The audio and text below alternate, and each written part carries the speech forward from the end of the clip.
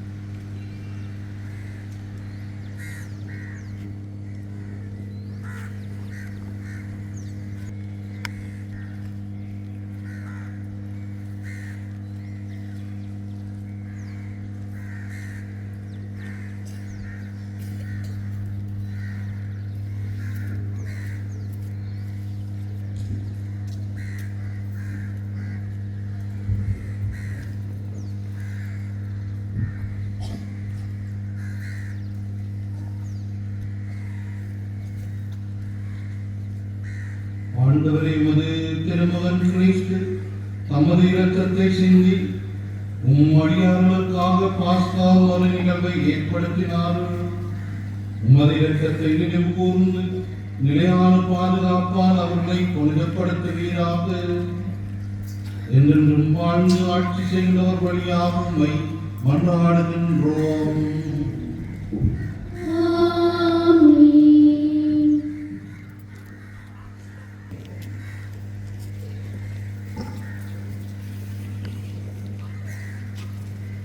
இறைவாக்கினர் எசாயா நூலிலிருந்து வாசகம். இதோ என் ஊழியர் சிறப்படைவார், அவர் மேன்மைப்படுத்தப்பட்டு உயர்த்தப்பட்டு பெரிதும் மாற்றியுள்ளார். அவரை கண்டு பலர் திகைப்புற்றனர். அவரது தோற்றம் பெரிதும் உருக்குறைந்ததால் மனித சாயலை அவருக்கு இல்லாதிருந்தது. மானிடரின் உருவமே அவருக்கு இல்லை. அவ்வாறே அவர் பல பிற இனத்தாரை அதிர்ச்சிக்குள்ளாக்குவார். அரசர்களும் அவரை முன்னிட்டு வாய்ப்பொத்தி நிற்பர்.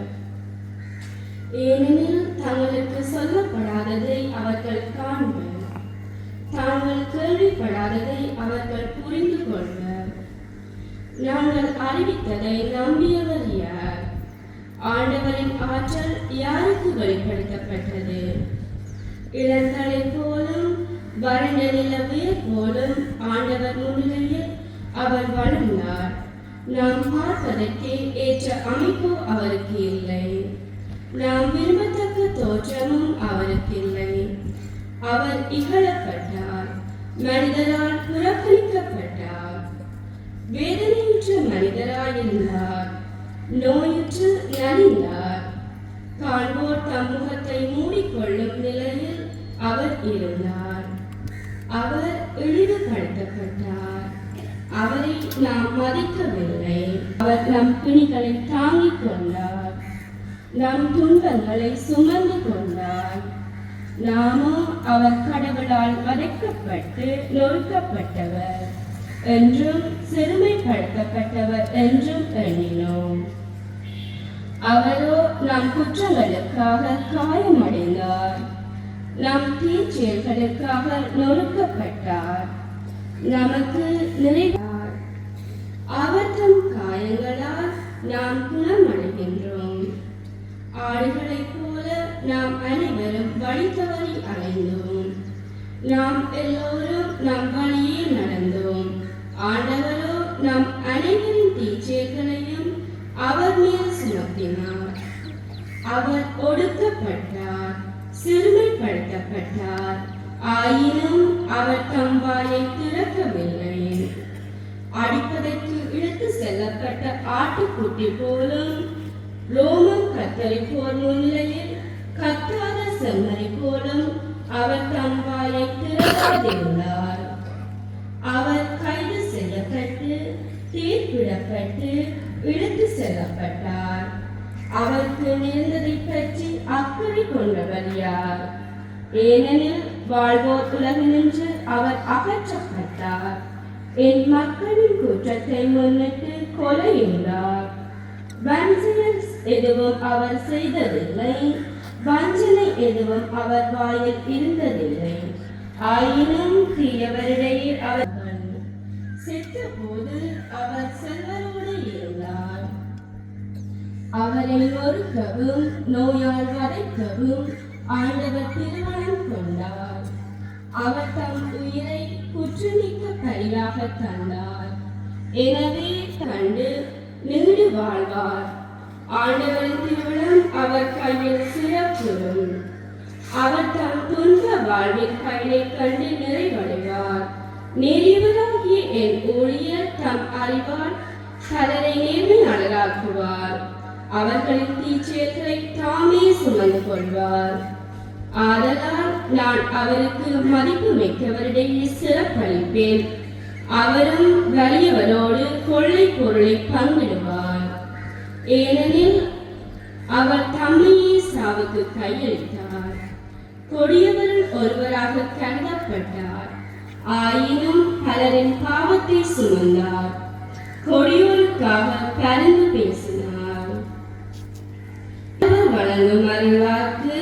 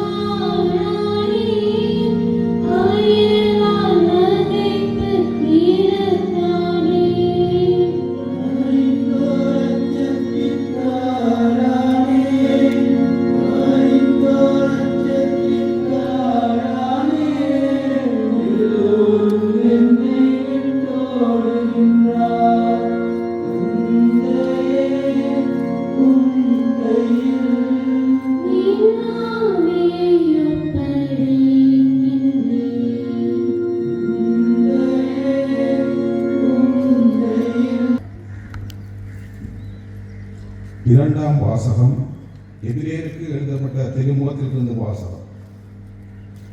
வானங்களை கடந்து சென்ற இறைவனாகிய இயேசுவை நாம் தனிப்பெரும் தலைமை குருவாக கொண்டுள்ளதால் நாம் அறிக்கையிடுவதை விடாது பற்றிக் கொள்வோமாக. ஏனெனில் நம் தலைமை குரு தம்முடைய வலுவின்மையைக் கண்டு இரக்கம் காட்ட இயலாதவர் அல்ல, மாறாக எல்லா வகையிலும் நம்மை போல சோதிக்கப்பட்டவர், எனினும் பாவம் செய்யாதவர்.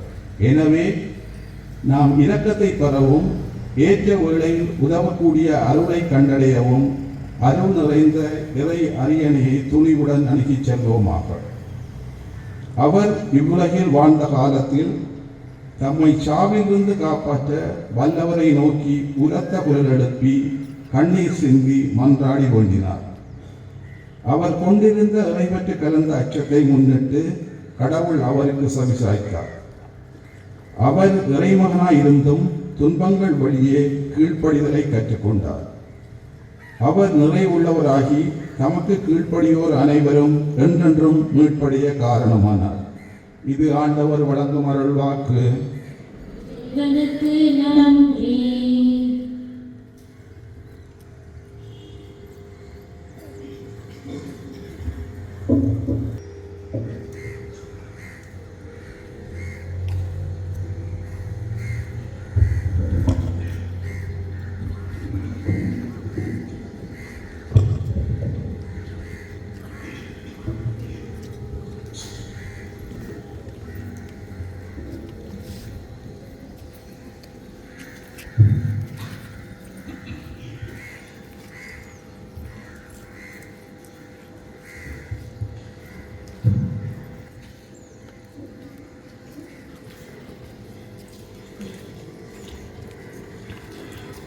நற்செய்தி வாசகத்தில் நிற்போம்.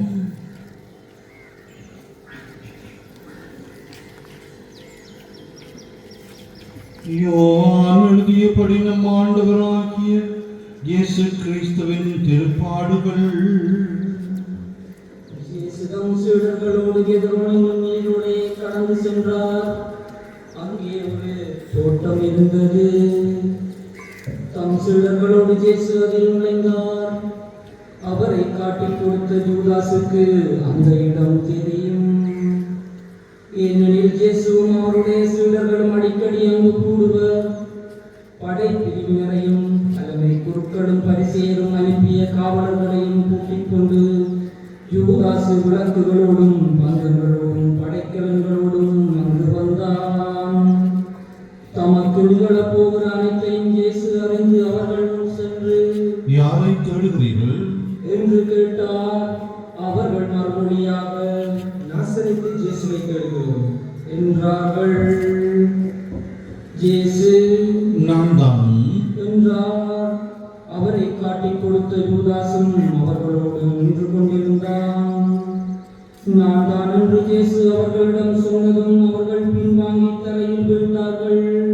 யாரை தேடுகின்றீர்கள் என்று இயேசு மீண்டும் அவர்களிடம் கேட்டார். அவர்கள், நாசரேத்து இயேசுவை தேடுகிறோம் என்றார்கள். இயேசு அவர்களை பார்த்து, நான் தான் என்று உங்களிடம் சொன்னேனே. நீங்கள் என்னை தேடுகிறீர்கள் என்றால் இவர்களை போக விடுங்கள் என்றார். நீர் என்னிடம் ஒப்படைத்தவர்களுள் எவரையும் நான் இழந்து விடவில்லை என்று அவரே கூறியிருந்தது இவ்வாறு நிறைவேறியது. சீமோன் பேதுருவிடம் ஒரு வாள் இருந்தது.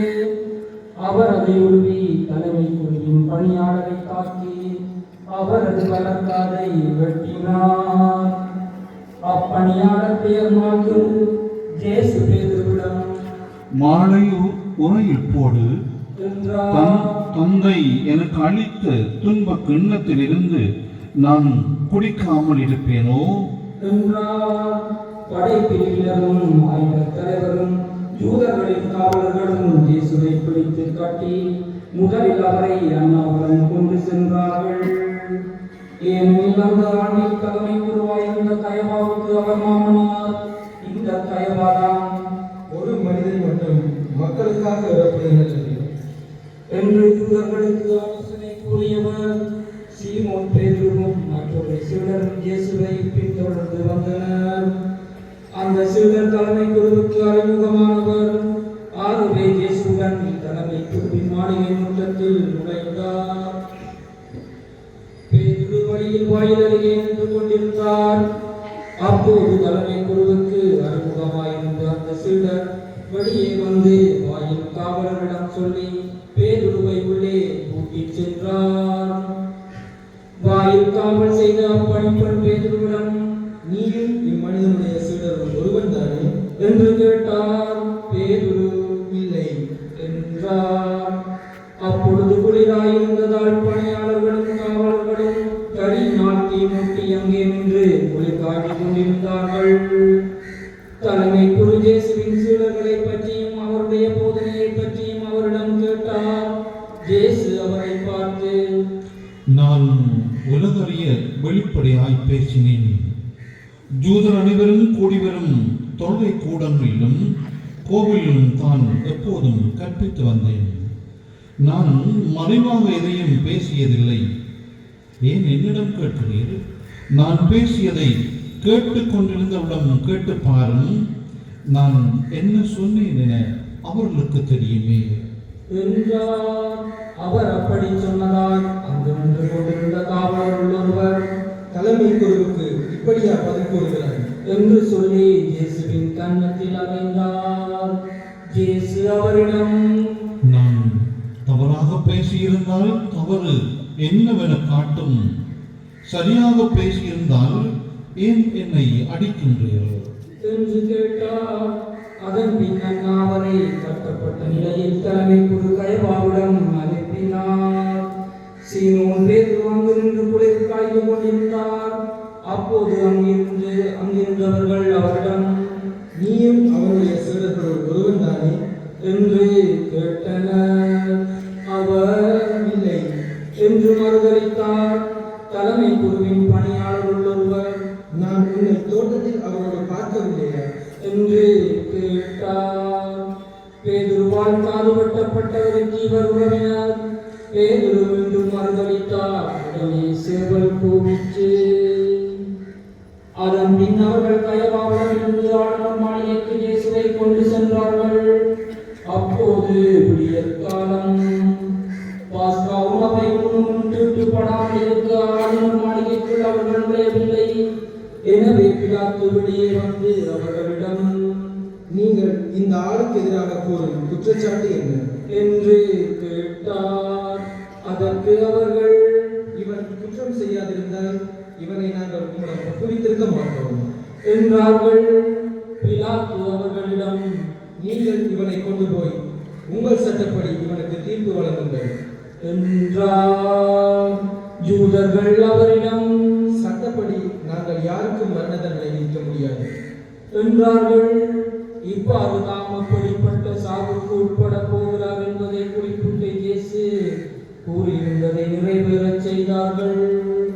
பிலாத்து மீண்டும் ஆளுநர் மாளிகைக்குள் சென்று இயேசுவை கூப்பிட்டு அவரிடம், நீ யூதரின் அரசனா என்று கேட்டான். இயேசு மறுமொழியாக, நீராக இதை கேட்கிறீரா? அல்லது மற்றவர்கள் என்னை பற்றி உம்மிடம் சொன்னதை வைத்து கேட்கிறீரா என்று கேட்டார். அதற்கு பிலாத்து, நான் ஒரு யூதனா என்ன உன் இனத்தவரின் தலைமை பொருட்களும் தானே உன்னை என்னிடம் ஒப்புவித்தார்கள் நீ என்ன செய்தாய் என்று கேட்டான். இயேசு மறுமொழியாக, எனது ஆட்சி இவ்வுலக ஆட்சி போன்றது அல்ல. அது இவ்வுலக ஆட்சி போன்றதாய் இருந்திருந்தால் நான் யூதர்களிடம் காட்டி கொடுக்கப்படாதவாறு என் காவலர்கள் போராடி இருப்பார்கள். ஆனால் என் ஆட்சி இவ்வுலக ஆட்சி போன்றது அல்ல என்றார். பிலாத்து அவரிடம், அப்படியானால் நீ அரசன்தானே என்று கேட்டான். அதற்கு இயேசு, அரசன் என்று நீ சொல்லுகிறீர்கள். உண்மையை எடுத்துரைப்பதே என் பணி. இதற்காக உலகிற்கு வந்தேன். உண்மையை சார்ந்தவர் அனைவரும் என் குரலுக்கு செவி சாய்க்கின்றனர் என்றார். பிலாத்து அவரிடம், உண்மையா அது என்ன என்று கேட்டார். இப்படி கேட்டபின் பிலாத்து மீண்டும் யூதரிடம் சென்று, இவனிடம் நான் குற்றம் ஒன்றும் காணவில்லை என்றார்.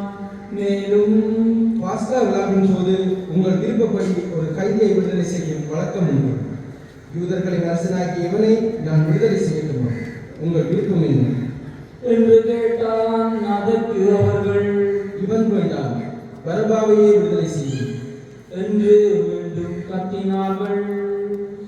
அந்த பரபா ஒரு கள்வன். பின்னர் பிலாத்து இயேசுவை சாட்டையால் அடிக்கச் செய்தான். வீரர்கள் ஒரு முள்முடி பின்னி அவர்களை மேல் வைத்து செந்நிற மேலுடையை அவருக்கு அணிவித்தார்கள்.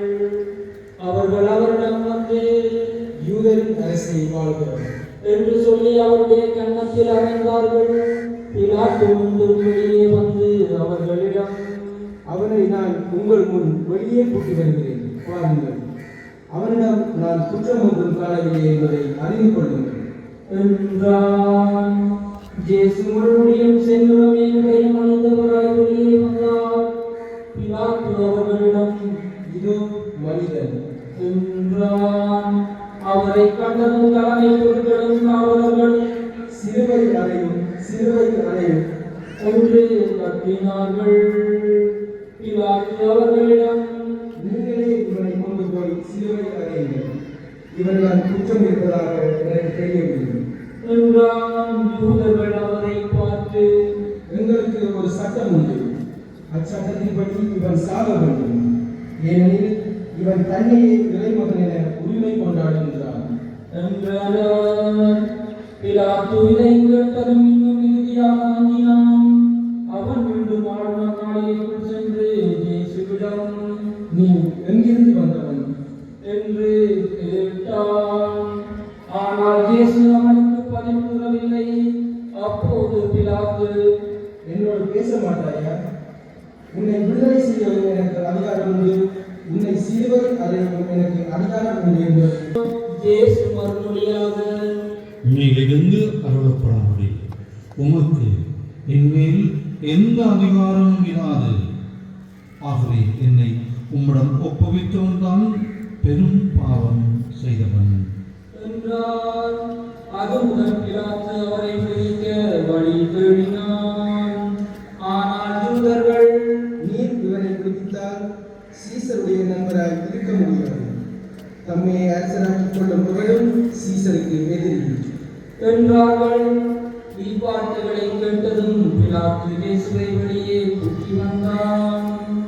கற்களமின் இடத்தில் இருந்த நடுவரைக்கே மீது அமர்ந்தான். அந்த இடத்திற்கு எதிரே மூலையில் கபரா என்பது பெயர். அன்று பாஸ்கா விழாவுக்கு ஏற்பாடு செய்யும் நாள் ஏறக்குறைய நண்பகல் வேளை. பிலாத்து யூதர்களிடம், இதோ உங்கள் அரசன் என்றான். அதற்கு அவர்கள், ஒளிக ஒளிக, அவனை சிலுவையில் அறையும் என்று கத்தினார்கள். பிலாத்து அவர்களிடம், உங்கள் அரசனை நான் சிலுவையில் அறைய வேண்டும் என்கிறீர்களா என்று கேட்டான். அதற்கு தலைமை குருக்கள், எங்களுக்கு சீசரை தவிர வேறு அரசர் இல்லை என்றார்கள். அப்போது பிலாத்து அவரை சிலுவையில் அறையுமாறு அவர்களிடம் ஒப்புவித்தான். அவர்கள் இயேசுவை தம் பொறுப்பில் ஏற்றுக்கொண்டார்கள். இயேசு சிலுவையை தாமே சுமந்து கொண்டு மண்டையொன்றுவிடம் என்னும் இடத்திற்கு சென்றார். அதற்கு எதிரே மொழியில் கொள்வதா என்பது பெயர். அங்கே அவர்கள் இயேசுவையும் அவரோடு வேறு இருவரையும் சிலுவையில் அறைந்தார்கள். அவ்விருவரையும் இரு பக்கங்களிலும் இயேசுவை நடுவிலுமாக அறைந்தார்கள். பிலாத்து குற்ற அறிக்கை ஒன்றை எழுதி அதை சிலுவையின் மீது வைத்தான். அதில் நாசரேத்து இயேசு யூதர்களின் அரசன் என்று எழுதியிருந்தது. இயேசு சிலுவையில் அறையப்பட்ட இடம் நகரத்திற்கு அருகில் இருந்ததால் யூதர்கள் பலரும் இந்த குற்ற அறிக்கையை வாசித்தனர். அது எபிரேயம், லத்தீன், கிரேக்கமாகிய மொழிகளில் எழுதப்பட்டிருந்தது. யூதரின் தலைமை குருக்கள் பிலாத்துவிடம், யூதரின் அரசன் என்று எழுத வேண்டாம், மாறாக யூதரின் அரசன் நான் என்று அவனே சொல்லிக் கொண்டதாக எழுதும் என்று கேட்டுக்கொண்டார்கள். பிலாத்து அவர்களை பார்த்து, நான் எழுதியது என்றான். இயேசுவை சிலுவையில் அறைந்த பின் படை வீரர் அவருடைய மேலுடைகளை 4 பாகமாக பிரித்து ஆளுக்கு ஒரு பாகம் எடுத்துக் கொண்டார்கள். அங்கேயும் அவர்களை எடுத்துக் கொண்டனர். அந்த அங்கி மேலிருந்து கீழ்வரை தையலே இல்லாமல் நெய்யப்பட்டிருந்தது.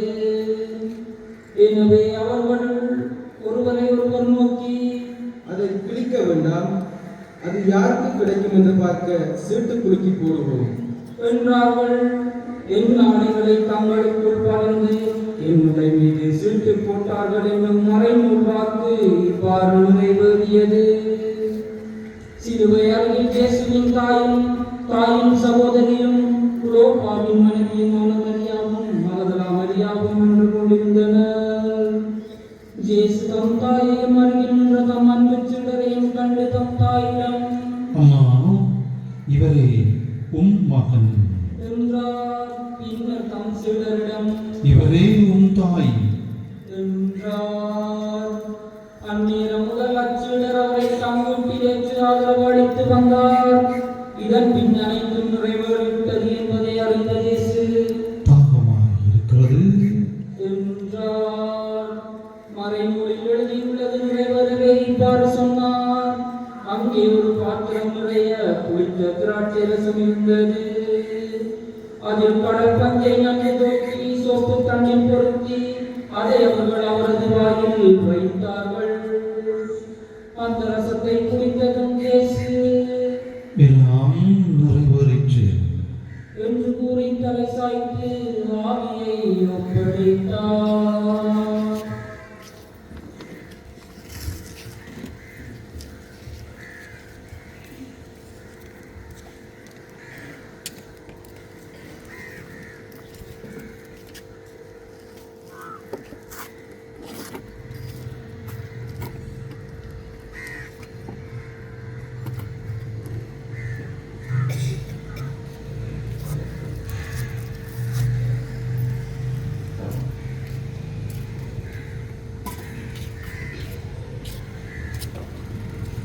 எழுந்திருப்போம்.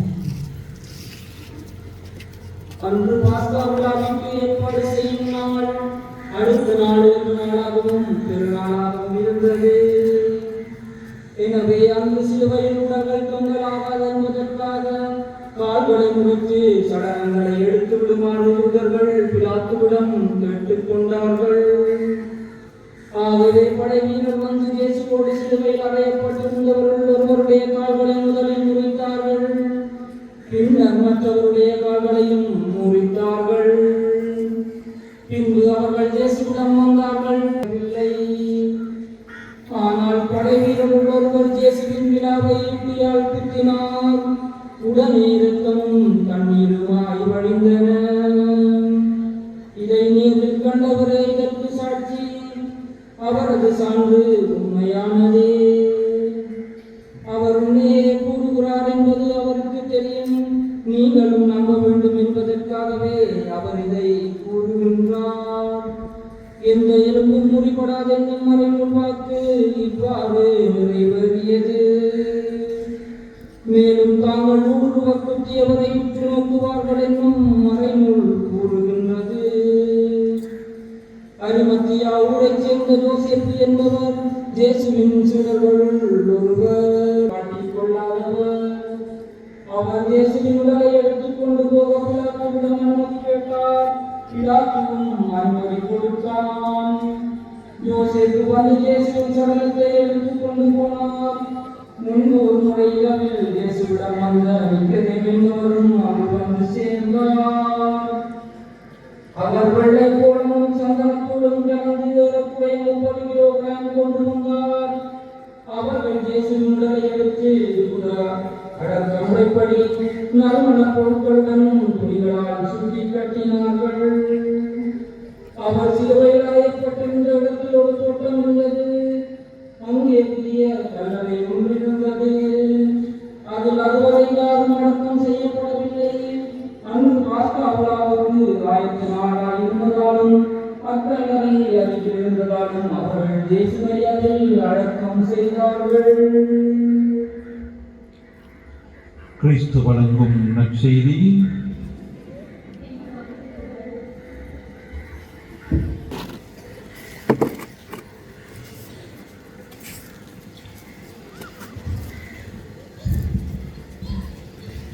சகோதர சகோதரிகளே, இன்றைய நாள் பெரிய வெள்ளிக்கிழமை. ஒரு பாக்கியமான மரணத்தை பெருமையோடு நினைவுகூர்கின்ற நாள். பாக்கியமான ஒரு மரணத்தை நினைவுகூர்கின்ற நாள். நம் ஆண்டவர் இயேசு கிறிஸ்துவுடைய இறந்த நாள் என்று நாங்கள் பலர் வாழ்வு என்ற கொடியை பெற்றுக்கொண்டு பிறந்த நாளை நினைவு கூர்வோம், நினைவு கூர்ந்து கொண்டாடுவோம். ஆனால் ஒரு மனிதனுடைய இறப்பை நாங்கள் 2000 ஆண்டு காலமாக கொண்டாடி கொண்டிருக்கின்றோம்.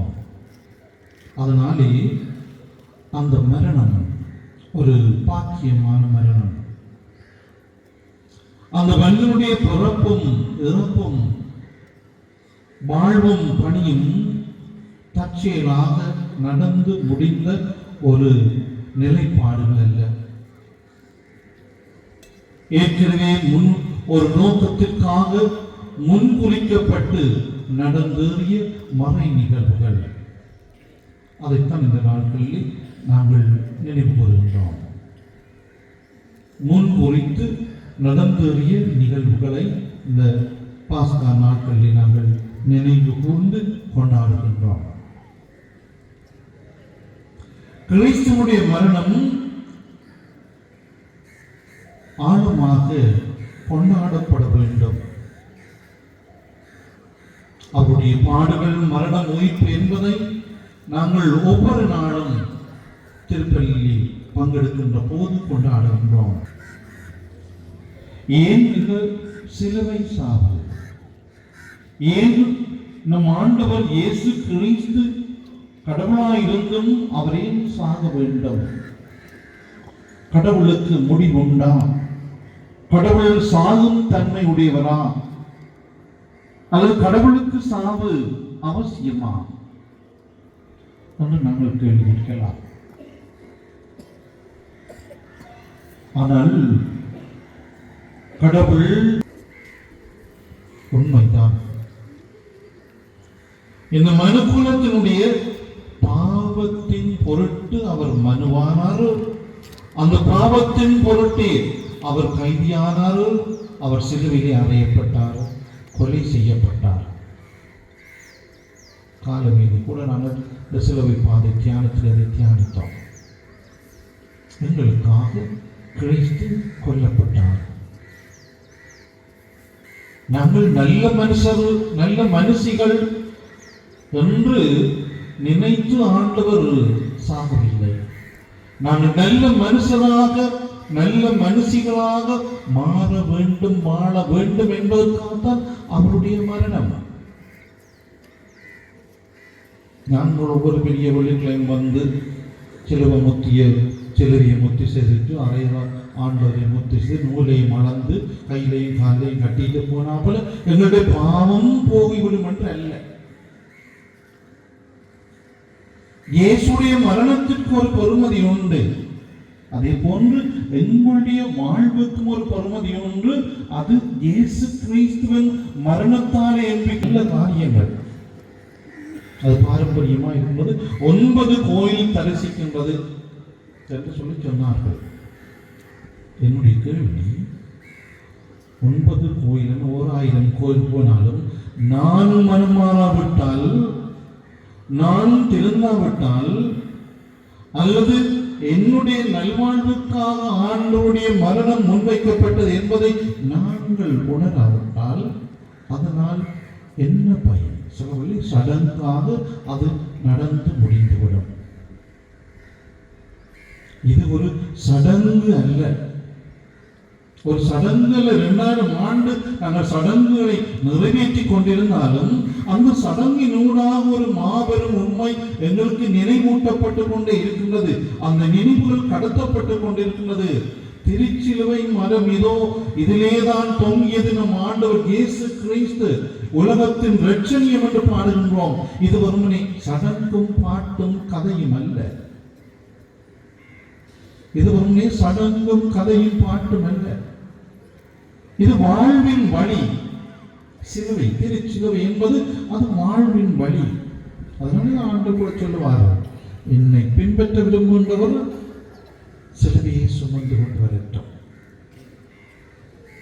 எனவே அம்மான்னு சொல்லி இந்த நாளில் நாங்கள் சிந்தித்து பார்க்க வேண்டிய விடயம் ஒன்று, நாங்கள் இந்த சிலுவைக்குரிய மரியாதையை கொடுக்கின்றோம் சொன்னால் அது நம்முடைய வாழ்வாளி, அது நம்முடைய வாழ்வாளி மட்டும்தான் இந்த சிலுவைக்குரிய மரியாதையை மகிமையை கொடுக்க முடியும்.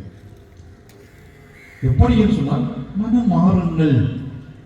திருமுக யோவானுடைய நற்செய்தியும் அதுதான், இயேசு கிறிஸ்துவினுடைய போதனையும் அதுதான், மனம் திருந்துங்கள். நம்ம தவறு காலத்தை ஆரம்பித்த போது எங்களுக்கு தலையிலே சாம்பல் இடப்பட்டு சொல்லப்பட்ட வார்த்தை மனம் திரும்புங்கள். இது இல்லாமல் நாங்கள் சடங்குகளை நிறைவேற்றிக் கொண்டு வந்தோம்னா ஒன்றும் இல்லை. சில காரியங்களை செய்து கொண்டிருப்போம், வாழ்விலே மாற்றங்கள் நடைபெறாமல் நிலையிருந்து கொண்டிருக்கும். இயேசுடைய திருச்சிலுவை எங்களுக்கு எப்போதுமே ஊட்டுகின்றது, உனக்காக நான் மதித்தேன். இந்த பாசோடு எல்லாரையும் பார்த்து ஆண்டவர் சொல்லுவார், உனக்காக நான் மதித்தேன். எவ்வளவு அன்பான வார்த்தைகள். குடும்பத்துக்களை கூட சொல்ல முடிய மாட்டார்கள், உனக்காக நான் வாழ்கின்றேன் சொல்லி. கடைசி வரையும் சொல்ல மாட்டார்கள். ஆனால் ஆண்டவர் சிலுவையில் உங்களது கடைசி நிமிடத்திலும் உனக்காக நான் வாழ்கின்றேன் என்ற வார்த்தைகளை எங்களுக்கு நினைவூட்டுகின்றார். அது எனக்காக ஆண்டவர் வாழுகின்றார்கள், ஆண்டவருக்காக நாங்களும் வாழ அருள் வாழ்விலை நிலைத்திருக்க மன்றாடுவோமாக. ஆமென்.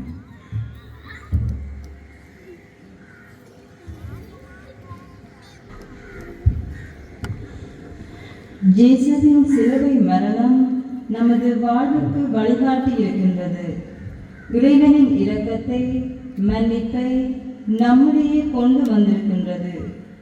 தொடர்ந்து நாம் அருள்வாழ்வில் நடைபெறவும் நமது திருச்சபையிலே, நாட்டிலே, ஊரிலே, வீட்டிலே இறைவனுக்கு ஏற்ற நிலை உருவாகவும் நாம் அனைவரும் இணைந்து மன்றாடுவோம்.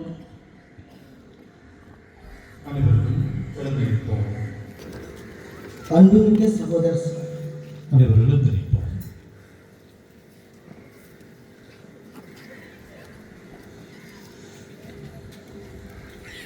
அன்புமிக்க சகோதர சகோதரிகளே, இறைவனின் புனித திரு அவைக்காக மன்றாடுவோம்.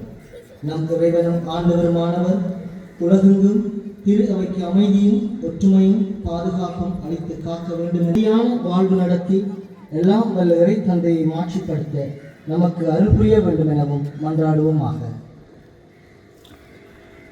என்றென்றும் எல்லாம் வல்ல இறைவா, கிறிஸ்து நமது ஆட்சி உம்முடைய இரக்கத்தின் செயல்களை நீ பாதுகாப்பதால் உலகெங்கும் பரவியிருக்கும் உமது திரு அவை உறுதியான நம்பிக்கையுடன் உமது பெயரை அறிக்கையிடுவதில் நிலைத்திருக்க செய்வீராக. எங்கள் ஆண்டவராகிய கிறிஸ்து வழியாக உம்மை மன்றாடுகின்றோம்.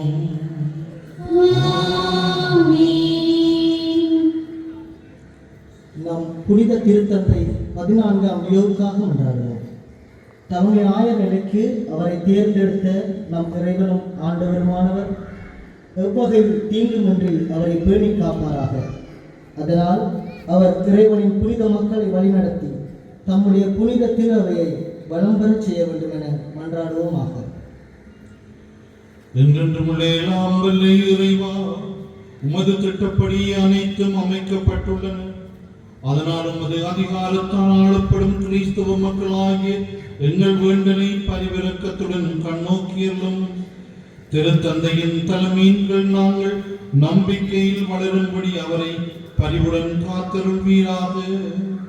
எங்கள் ஆண்டவராகிய கிறிஸ்து வழியாக உம்மை மன்றாடுகின்றோம்.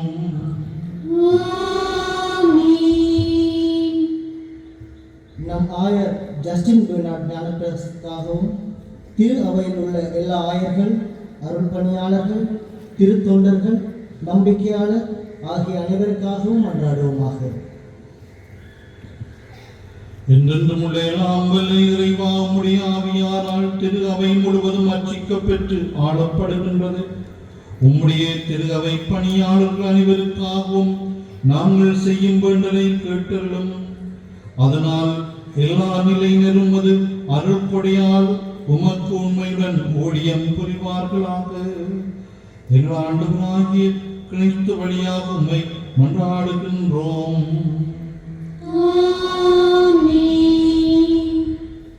கிறிஸ்துவில் நம்பிக்கை கொண்டுள்ள நம் சகோதர சகோதரிகள் அனைவருக்காகவும் மன்றாடுவோம். நம் இறைவனும் ஆண்டவருமானவர் அவர்களை உண்மையின் பாதையில் வழிநடத்தி தமது ஒரே திரு அவையில் கூட்டிச் சேர்த்து காத்தருள வேண்டும் என மன்றாடுவோமாக. என்றென்றும் எல்லாம் வல்ல இறைவா, சிதறுண்டவர்களை ஒன்று சேர்ப்பவரும் ஒருங்கிணைந்தவற்றை பேணி காப்பவரும் நீரே. திருமணின் மந்தையை கனிவுடன் கண்ணோக்கியலும் இவ்வாறு ஒரே திருமுழுக்கினால் தூய்மைப்படுத்திய அவர்களை நம்பிக்கையின் முழுமையில் நினைத்து அன்பின் பிணைப்பால் ஒன்று சேர்ப்பீராக. எங்கள் ஆண்டவராகிய கிறிஸ்து வழியாக உம்மை மன்றாடுகின்றோம்.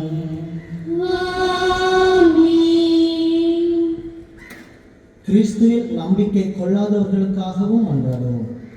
தூய ஆவியாரின் ஒளியை பெற்று அவர்களும் மீட்பு பாதைக்கு வந்து சேர வேண்டும் என மன்றாடுவோமாக. என்றென்றும் எல்லாம் வல்ல இறைவா, கிறிஸ்துவை ஏற்றுக்கொள்ளாத மக்கள் திருமண் நேர்மையான இதயத்தோடு நடந்து உண்மையை கண்டடைவார்களாக. நாங்களும் ஒருவர் மற்றவர் மீது எப்போதும் அன்பு கொள்வதாலும் உமது அன்பை உலகில் மிக தெளிவாக காட்டும் சாட்சிகளாய் விளங்கச் செய்வீராக. எங்கள் ஆண்டவராகிய கிறிஸ்து வழியாக உம்மை மன்றாடுகின்றோம்.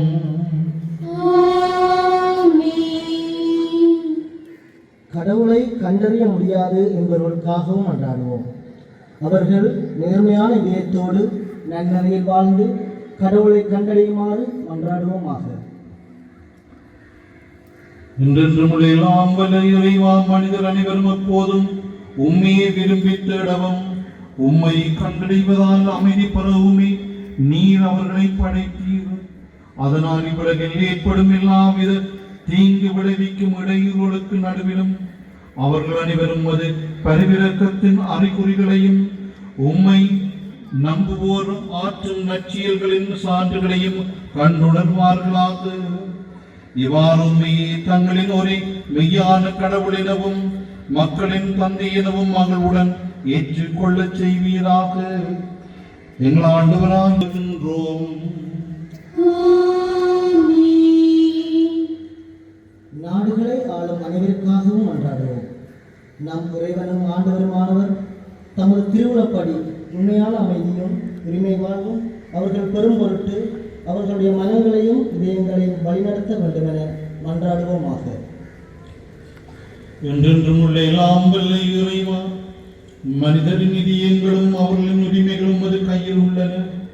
உலகெங்கும் மக்களின் வளமான வாழ்வும் அமைதியின் உறுதிப்பாடும் சமய உரிமையும் உமது கொடையால் நிலை பெறுமாறு எங்களை ஆள்வோரை கண்ணுடன் கண்ணோக்குவீராக. எங்கள் ஆண்டவராகிய கிறிஸ்து வழியாக உம்மை மன்றாடுகின்றோம். அன்புமிக்க சகோதர சகோதரிகளே, துன்புறும் அனைவருக்காகவும் எல்லாம் வல்ல தந்தையாகிய கடவுளிடம் மன்றாடுவோம்.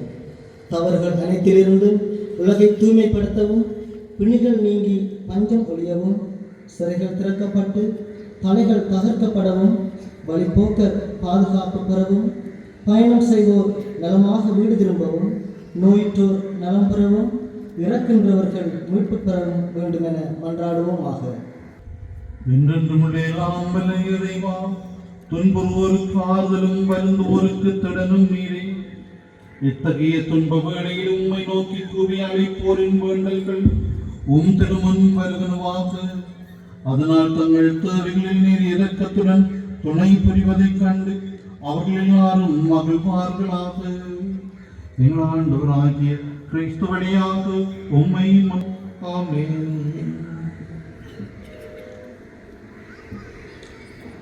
இப்போது இன்றைய நாள் வழிபாட்டினுடைய இரண்டாவது பகுதிக்கு நாம் வருகின்றோம். திருச்சிலுவை ஆராதனை ஆரம்பமாகின்றது.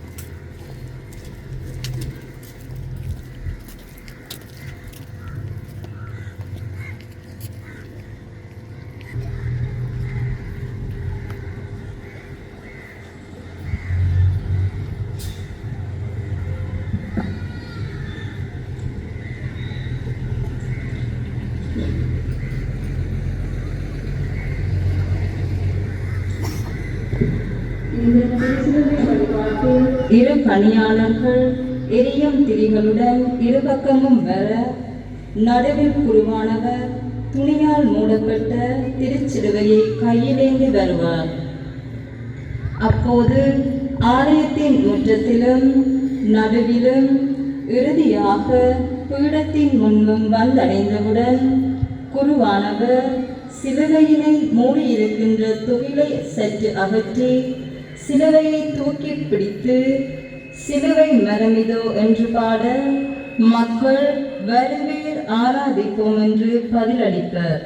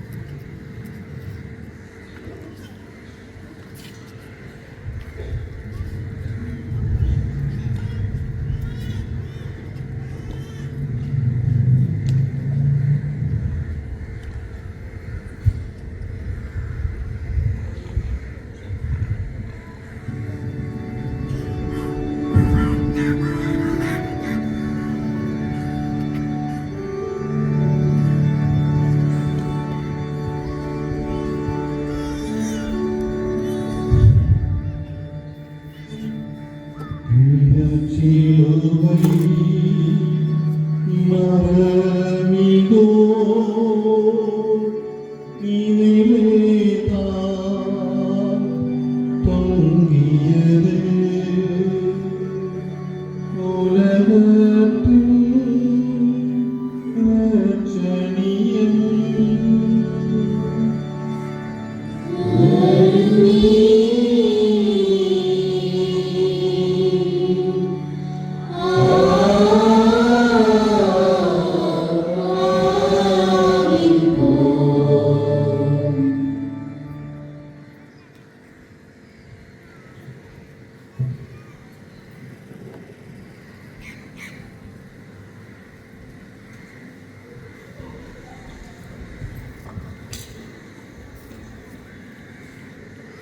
கல்வாரி பயணத்தில் சிலுவைக்கும் இயேசுவுக்கும் இடையே ஓர் அன்பு பரிமாற்றம். கல்வாரி வரை சிலுவையை இயேசு தாங்கிச் சென்றார். கல்வாரியிலே இயேசுவை சிலுவை தாங்கியது. அவமானத்தின் சின்னமாக கருதப்பட்ட சிலுவை இயேசுவை தாங்கியதால் புனிதமடைகின்றது. இப்பொழுது நாம் சிலுவையை வணங்கி ஆராதித்து முத்தி செய்ய இருக்கின்றோம். நம்மிடம் என்ன? பிறரை இழிவு செய்யும் செயலையும் பிறரின் நல்ல பெயருக்கு களங்கம் விளைவிப்பதையும் நாம் நிறுத்த வேண்டும். புரிந்து கொள்ளுதலும் ஏற்றுக்கொள்ளுதலும் நம்முடைய இருக்க வேண்டும். இப்போது திருச்சிலுவையை முத்தி செய்கின்ற சடங்கு ஆரம்பமாகின்றது. முதலில் பீடப்பணியாளர்கள், தொடர்ந்து அருட்சௌரிகள் இந்த சிலுவை முத்தியிலே ஈடுபடுவார்கள். இறை மக்கள் முத்தி செய்வதற்கு பீடத்திலே ஒரு சிலுவையும் வேறு இடங்களிலே சிலுவை வைக்கப்படும். அவை நிற்காமல் முந்தியடிக்காமல் கொஞ்சம் கொஞ்சம் பேராக எழும்பி ஒரு இடத்திலே சென்று சிலுவை முத்தியிலே பக்தியில் ஈடுபடுமாறு கேட்டுக்கொள்கின்றோம். பக்தியான முறையிலே இந்த சிலுவை முத்தி வழிபாட்டிலே பங்கெடுப்போம். பாடல் தொண்டுகள் கையில் இருக்கின்றது. பாடப்படுகின்ற பாடல்களிலும் பங்கெடுப்போம்.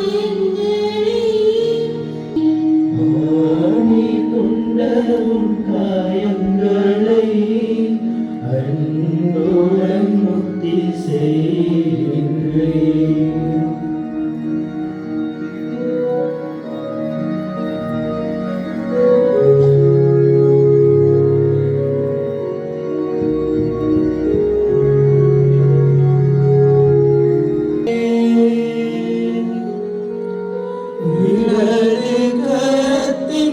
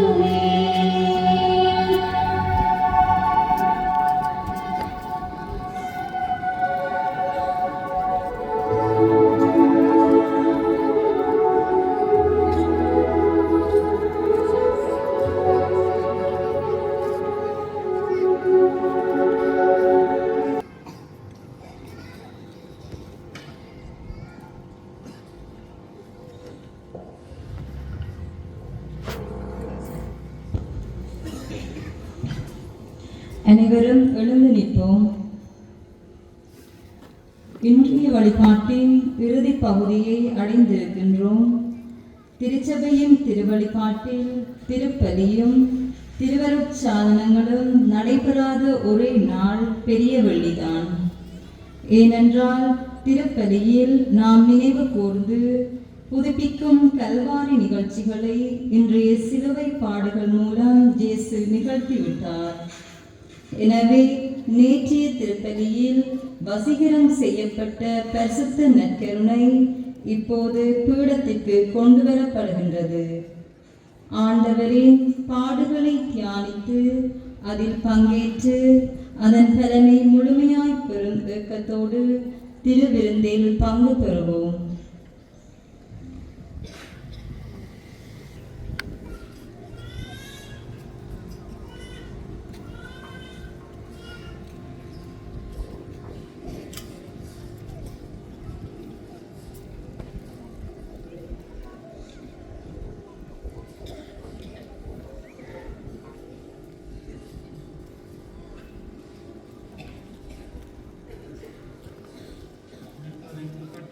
கற்பிக்கப்பட்டு இறை படிப்பினையால் பயிற்சி பெற்று நாம் துணிந்து சொல்வோம். உமது பெயர் தூயதென போற்றப்படுக, உமது ஆட்சி வருக, உமது திருவுளம் விண்ணுலகில் நிறைவேறுவது போல மண்ணுலகிலும் நிறைவேறுக.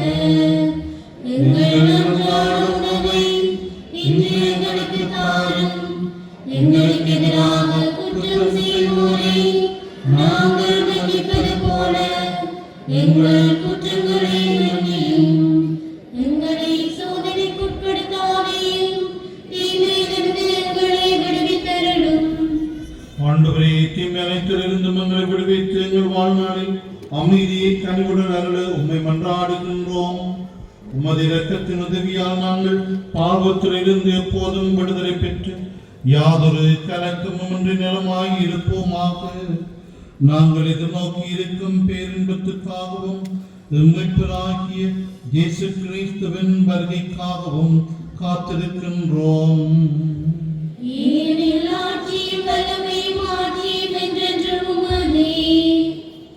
முழந்தாள் பழிவோம். ஆண்டவர் இயேசு கிறிஸ்துவே, நாங்கள் கொள்ளும் திருவுடல் மொத்தம் எங்கள் நீதித்தை திருமணம் மறுக்கருவிறக்கத்தால் நம் மனதிற்குள்ளதுக்கும் பாதுகாப்பாக நலமளிக்கும் அருமந்தாம் அடிப்பதாக.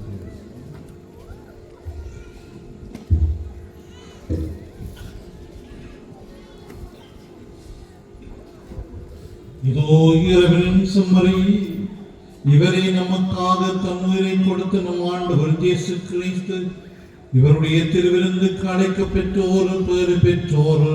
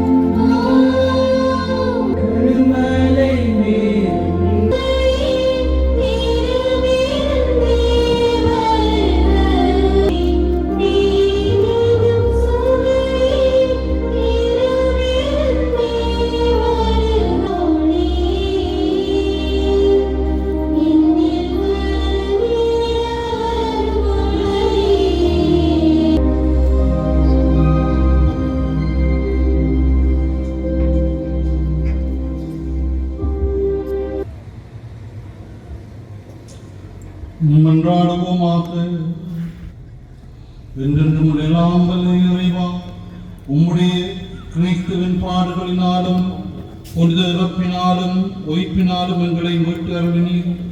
உமது திரு இரக்கத்தானீர் ஆட்சி மீட்பு செயல் எங்களில் நிலைத்திருக்க செய்தருளும். இவ்வாறு இந்த மறைப்பொருள் பங்கேற்பதன் வழியாக முடிவில்லாத இறைப்பற்றுடன் வாழ்வோமாக. எங்கள் ஆண்டவராகிய கிறிஸ்து வழியாக உம்மை மன்றாடுகின்றோம். தலைவணங்குவோம்.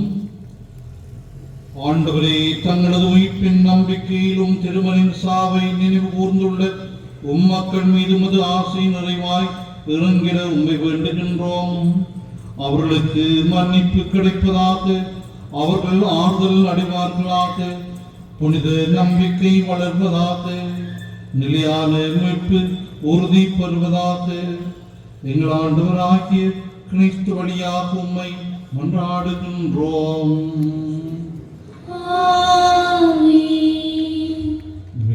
இந்த வழியை உடனடியாக ஆசந்தி அறைந்திருக்கின்ற ஆசந்தி நிகழ்வு நடைபெறும். நாளை வழிபாடு இரவு 11:15 மணிக்கு இந்த ஆலயம் ஒன்றிலே ஆரம்பமாகும். பலர் தாமதித்து வழிபாடுகளிலே பங்கெடுக்கின்றது அவதானிக்கப்படுகின்றது. பலர் நேர காலத்தோடு முழுமையான வழிபாடுகளிலே கலந்து கொள்ளுமாறு கேட்டுக்கொள்ளப்படுகின்றீர்கள். நாளை இரவு 11:15 மணிக்கு திருவழிபாடு ஆரம்பமாகும். நன்றி.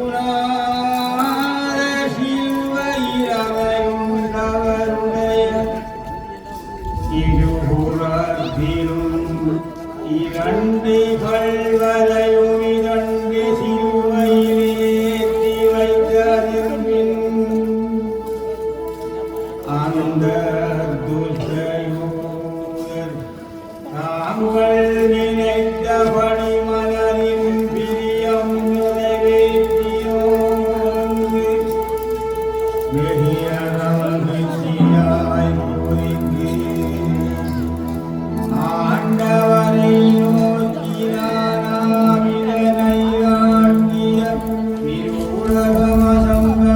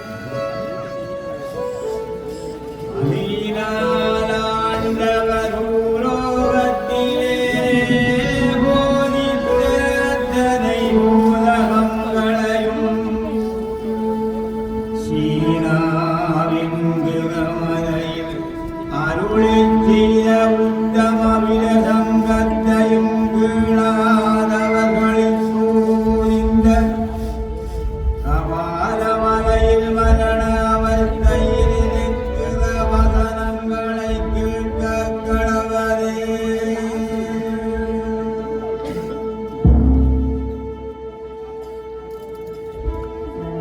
அதே தன்னால் முதல் தம்மை வாரைந்தை படித்தே குருசில் வதைக்கிறவர்களுடைய பாவம் பெரிதென்றறிந்து அத்தால் தமது பாடுகளுடைய பொறுபேறுகள் அவர்களடையாமல் நரகத்திலே விழுவார்கள் என்று மெதுவாய் மனம் நொந்து அவர்களுக்காக பிதாவை மன்றாடிக் கொண்ட முதலாம் வசனமாவது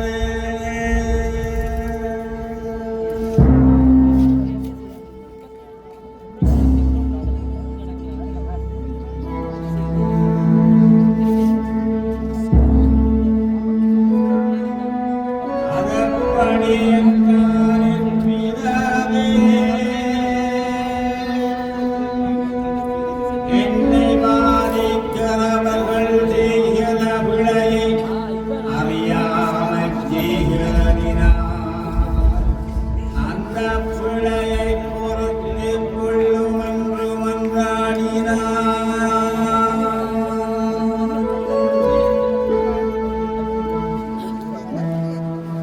அதன் பின் எங்கள் ஆண்டவருடைய இருபுறத்தில் இருக்கிற கள்வரில் இடது புறக்கள்வன் ஆண்டவரை நிந்தித்துச் சொல்லுவது,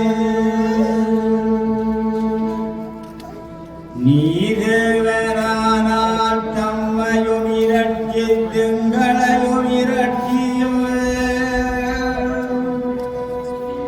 இல்லாதிருக்கில் தம்மை தேவன் என்பதேதென்று பரிகாசம் பண்ணுகிற போது மனது உலர்கள் மனமனையதட்டி நாங்கள் செய்த பாவத்துக்கு இந்த ஆக்கினை அனுபவிக்கிறோம். இவர் ஒரு தோஷமும் இல்லாத சர்வேசுரனும் இலாசாவுவென்கிற அறிவேன் என்று ஆண்டவரை பார்த்து, தேவரீரும் உடைய இலாட்டியத்தைக் கிளந்தெழுகிற போது அடியேனையும் நினைத்துக் கொள்ளும் என்று மன்றாடினார்.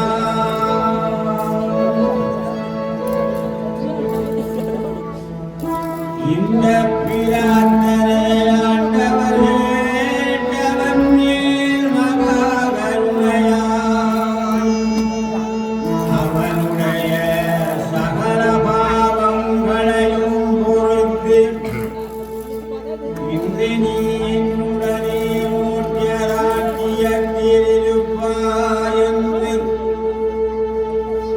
இரண்டாம் வசனம் திருவிழம் பற்றினார்.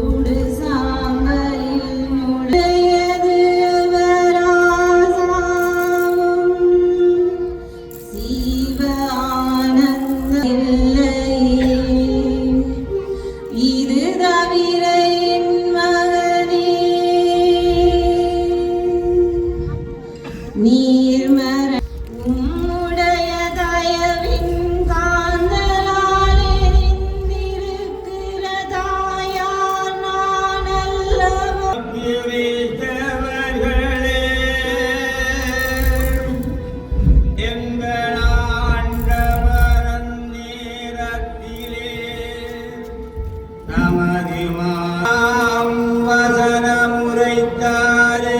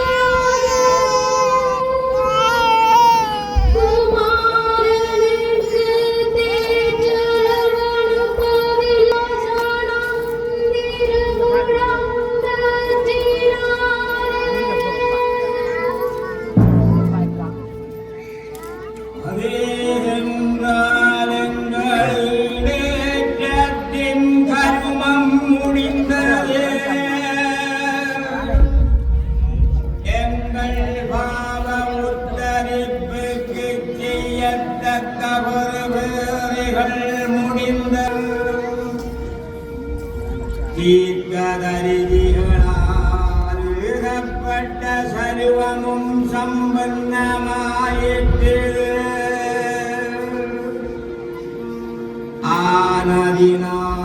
ஆனதினாதனமாவது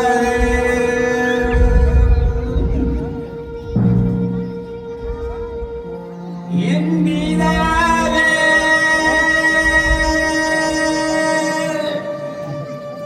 உம்முடைய கரங்களில் துவத்தை கையளிக்கிறேன் என்றார். அந்த சணத்திலே தானே எங்கள் ஆண்டவருடைய திருநேத்திரங்களை சொல்லி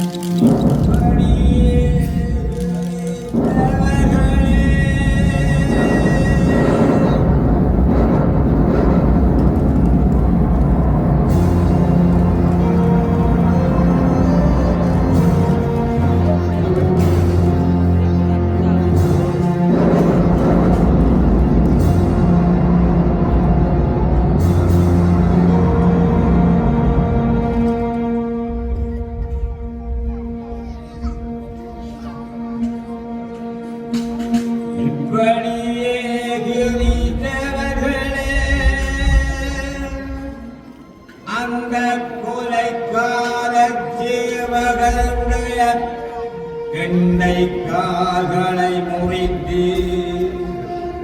சகலமான கொடுமைகள் செய்து போனதென்பின்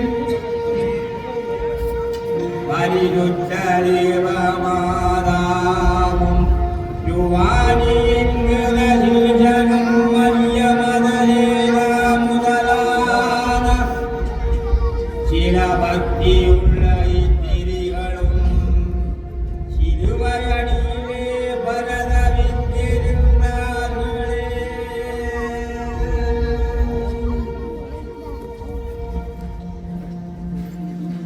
அப்போது அந்த நிற்கிறவளை முடிவது வரலைக் கண்டேன்.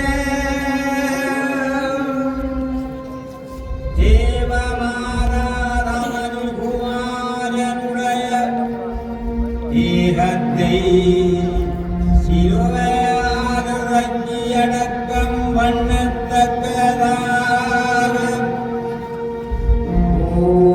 ஓரடைமானமும் இல்லையே என்று அடிக்கடி ஏக்கமும் சோகசந்தாபமும் அதிகரித்து தமதிகளினை குதவ ஒருவர்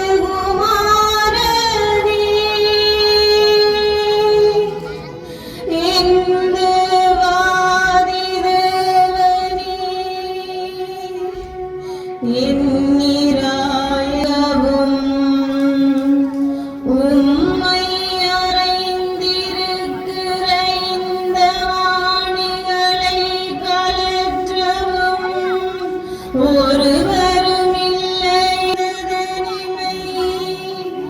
பெரிதென்று நினைத்திருந்தேனே.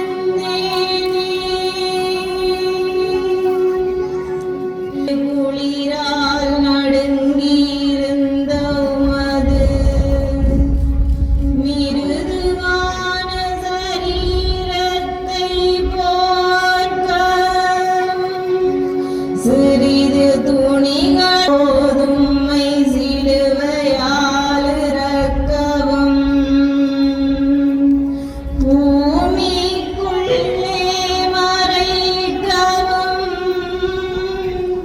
சகல அடைமானமும் அற்றேனே. என் தனிமை கொண்ட குமாரனே,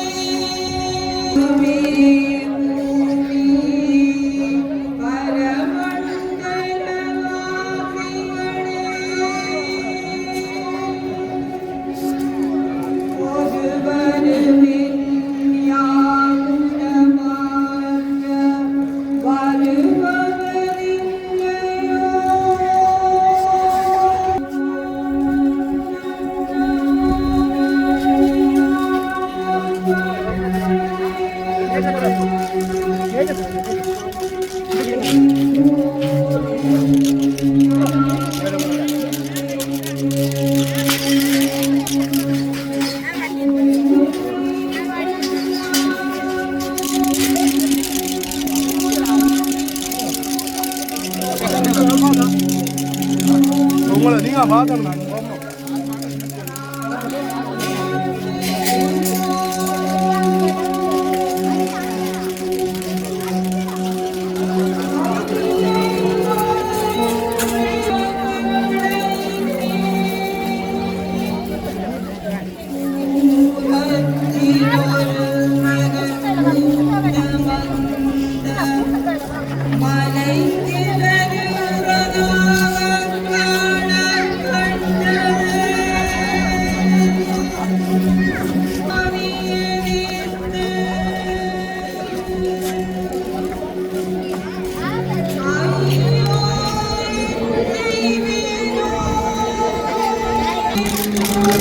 Thank you.